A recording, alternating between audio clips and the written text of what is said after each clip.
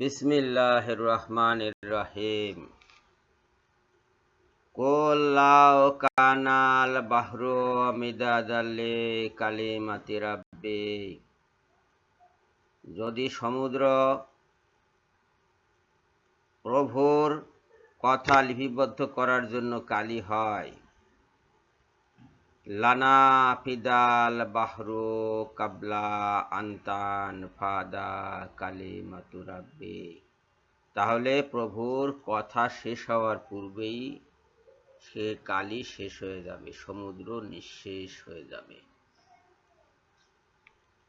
আসসালামু আলাইকুম বন্ধুগণ, সূরা কাহফের 109 নম্বর আয়াতের প্রতি আপনাদের দৃষ্টি আকর্ষণ করছি। এই কথাটা আমাদেরকে অনেক সময় অনেক আলেম বলেছেন। অনেকে মনে করেন যে এটা বোধহয় হাদিসের কথা। হ্যাঁ, হাদিসে কথা আছে, কিন্তু হাদিস মিথ্যা নয়। হাদিসের মূল হলো এই আয়াত। যে হাদিসে বলা হয়েছে যে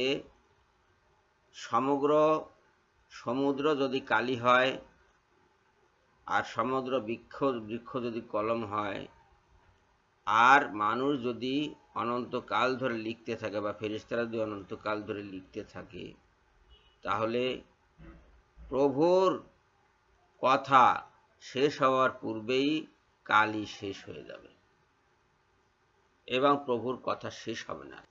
এই হাদিসের মূল হলো এই আয়াত, সূরা আল কাহফের 109 নম্বর আয়াত।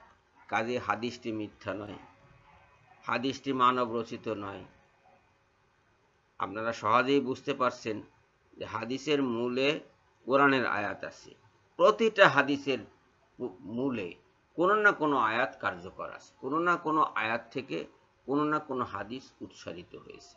আর যারা এই হাদিসের বিরোধিতা করছে, তারা কোরআনও বোঝেনি, হাদিসও বোঝেনি। তাদের একটা নির্ধারিত স্বার্থ আছে, সম্ভবত কোনো বিশেষ পলিটিক্যাল পার্টিকে ক্ষমতায় রাখার জন্য এবং ইসলামকে ধ্বংস করার জন্য এই বাংলাভাষী কিছু ফাজিল শ্রেণীর লোকজন কোরআন হাদিসকে ধ্বংস করার জন্য এই ধরনের মিথ্যা অপবাদ ছড়াচ্ছে যে হাদিস বানোয়াট, হাদিস মিথ্যা, কোরআনের সাথে নাকি এর কোনো সম্পর্ক নাই। এবং যারা বলছে আমরা শুধু কোরআন মানি, তারা আসলে কোরআনও মানে না, কেননা কোরআনের কোনো আয়াতের সাথেই প্রচলিত হাদিসের কোনো বৈপরীত্য নাই। এবং এমন কোনো হাদিস কোথাও পাবেন না, কোনো হাদিস গ্রন্থে পাবেন না যে হাদিসের সাথে কোরআনের কোনো না কোনো আয়াত সংযুক্ত করা যাবে না। প্রত্যেকটি হাদিসের পশ্চাতে কোথাও না কোথাও একটি আয়াত পাওয়া যাবে।